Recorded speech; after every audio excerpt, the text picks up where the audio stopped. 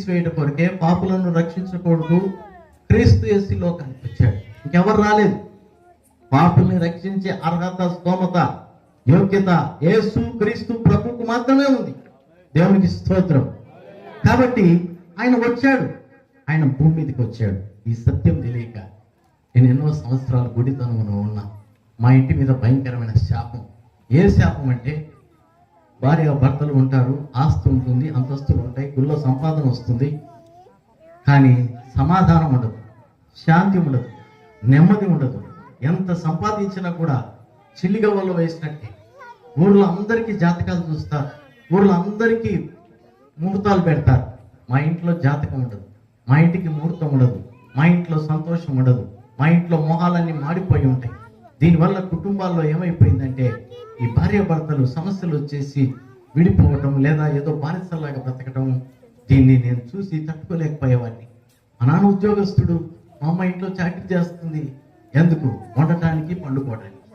మనిషి దేవుడు సృష్టించింది దానికోసం కాదు, వండటానికి, పండుకోవడానికి. అంటే మనకు జంతువులకి ఏ విధమైన తేడా లేదు.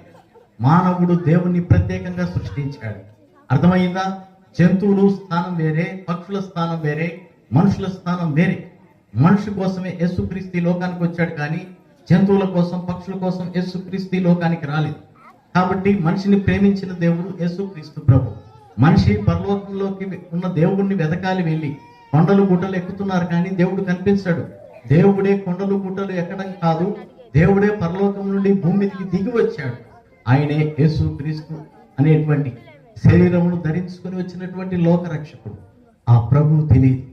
నేను అనుకున్నాను, నేను కూడా గుళ్ళు అర్చకునిగా చేసి కర్నూలు జిల్లా పెరవలి అనేటువంటి ఒక క్షేత్రంలో నేను దేవాదాయ శాఖ సంబంధించిన మార్కాపురం చెన్నకేశ్వర స్వామి టెంపుల్ ఎలా ఉందో అలాంటి గుళ్ళో నేను కూడా అక్కడ అర్చకుడిగా చేస్తున్నాను. నెమ్మది లేదు.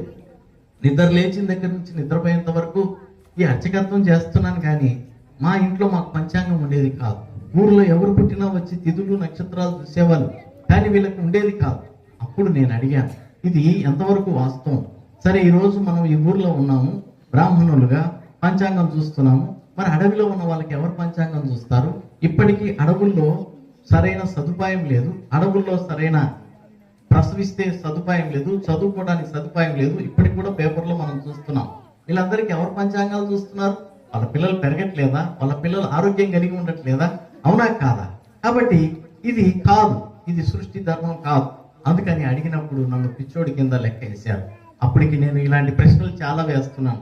సరే, ఇది కాదని చెప్పి దేవతల్ని వెళ్ళి అడుగుతున్నాను, ఏమిటి మా ఇంట్లో ఇట్లాంటి పరిస్థితులు, మేము మీకు చేయటమేనా, మీరు మాకు చేయటం లేదా?